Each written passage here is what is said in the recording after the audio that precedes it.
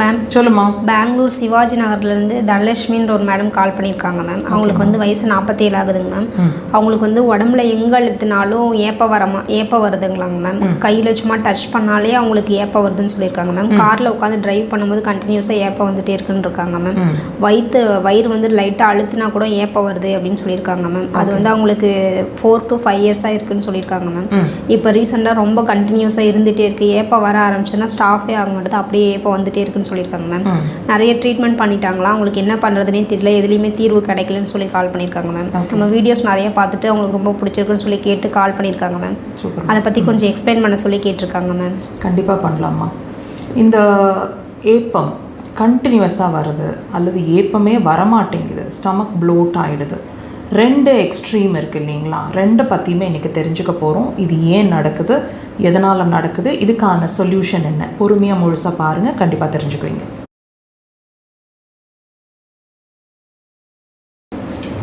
அடிக்கடி ஏப்பம் வந்துகிட்டே இருக்குது. இப்போ அந்த மேடம் தனலட்சுமி மேடம் மாதிரி அழுத்துனா, இந்த மாதிரி ஒரு இடத்த அழுத்துனா, உடம்புல எங்கே அழுத்தினாலும் ஏப்பம் வருது, கண்டினியூஸாக ஏப்பம் வருது.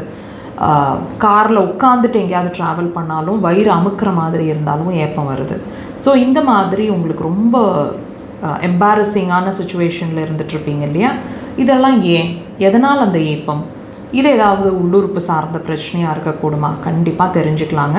நாங்களும் ஒவ்வொரு பதிவுலேயும் உங்களுக்கு ஒரு விஷயத்தை புரிய வச்சுட்டே இருக்கிறோம். ஒவ்வொரு பிரச்சனையும் உள்ள ஒரு உறுப்போட பாதிப்பு அப்படிங்கிறத உங்களுக்கு உணர்த்தக்கூடிய வகையில் வர்றது தான் அந்த சிம்டம், நீங்கள் ஃபேஸ் பண்ணுற விஷயம். நல்லா கவனிங்க. சாதாரணமாக இந்த ஏப்பத்துக்கு 4 to 5 இயர்ஸ்க்கு மேலே அந்த மேடம் சஃபர் ஆகிட்டுருக்காங்க. ஏன் இது நல்லா எல்லா பக்கமும் எல்லா ட்ரீட்மெண்ட்ஸும் பார்த்துட்டாங்க, ஏன் அதை முழுமையாக அவங்களால அதுலேருந்து வெளியே வர முடியல?